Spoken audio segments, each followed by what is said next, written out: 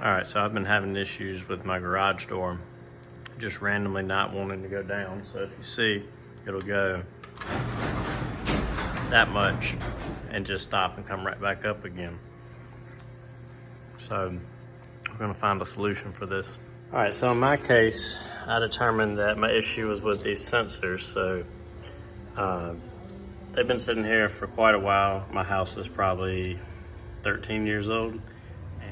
Alright, so I've determined that the issue is actually my sensors themselves. So I spliced this back in, still didn't make it work. So ordered these off Amazon, new ones, and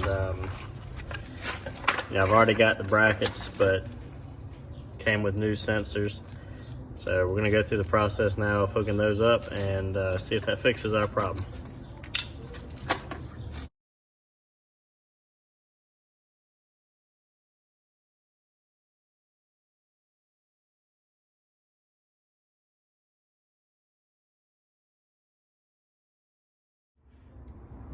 All right, so I still gotta clean up my wires, bundle them all back together, but I don't know if you can see it or not. Got a green light going now on the sensor.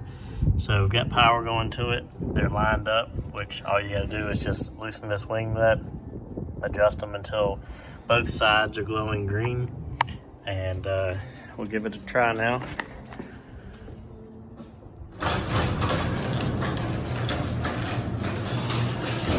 Just to test that the sensors are working.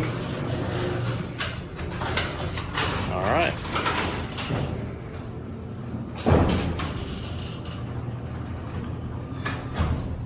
All right, so this door is now back in action. That was a $15 fix off Amazon. There's several different companies that make these sensors, but really just find the one that has good reviews and whatever fits your budget the best. I mean, you can always go with the original Chamberlain's or whatever brand opener you have, but I hope this helped, and don't forget to click like and subscribe on this video for more content similar to this.